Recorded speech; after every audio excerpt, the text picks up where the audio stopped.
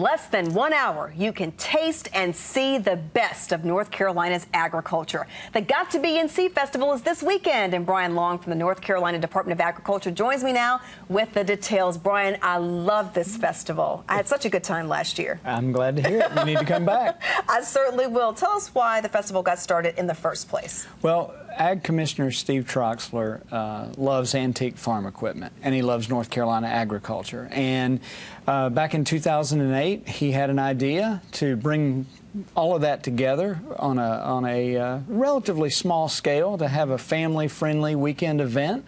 We've been doing it ever since. Yeah. There's lots of fresh food on display because, after all, it is about agriculture. We love the rides, but that's not the root of all this, right? Right. You know, agriculture is North Carolina's largest industry. It employs nearly 1/5 of all people that work in North Carolina. So it's got a major economic impact. We are so diverse in the types of commodities we produce.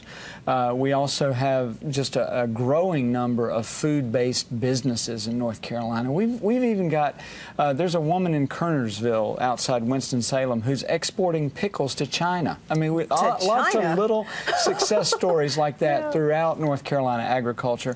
And this festival is one way to showcase that. Tell us about the importance of the Carolina Pig Jig. Well, it is an important event. The Pig Jig is a competition for Masonic organizations across the state, the Masons Lodges across the state, but it raises money for Masonic children's homes in Oxford. And it has become a real big part of the festival, and starting at 11 o'clock tomorrow morning, you'll be able to buy a ticket to support those charities, but also get more than your fill of good old North Carolina barbecue. Okay, so we can start eating right away. Yes, yes. It's all about food. And also the Shriners have a fish fry all 3 days of the festival. And you can also support the Shriners charities by purchasing some fried fish. If you'd rather have fish than barbecue, or in addition to barbecue, you can do that.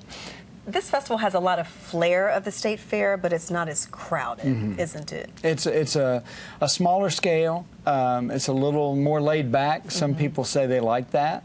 But just like the state fair, there's still that focus on agriculture. And you have an opportunity to buy lots of these local products that you mentioned? We do. We have the food, wine, and this year we're adding North Carolina beer to it, the Food, Wine, and Beer Expo, where you can go in and sample a variety of North Carolina products, and then you can buy some to take home with you. Everything from sauces to ice cream to peanuts, all sorts of great things like that. And then there's also plenty of food vendors outside of the expo as well that'll be selling all sorts of tasty treats. Yeah.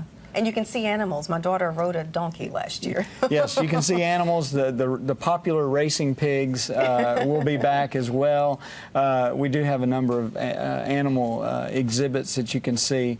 And if you like tractors, we have lots of tractors. My brother was really into tractors. And you know, one thing that really impressed me last year, there were people stationed at all the animal stations telling you to wash your hands. Yes, yes. Politely, wash your hands. Well, if you're going to have animals and you're going to have food, you need to be washing your hands, definitely. Yeah. Brian, thank you so much. Thank you. Check out the Got to Be NC Festival at the North Carolina State Fairgrounds May 17th through the 19th. The website is gottobenscfestival.com.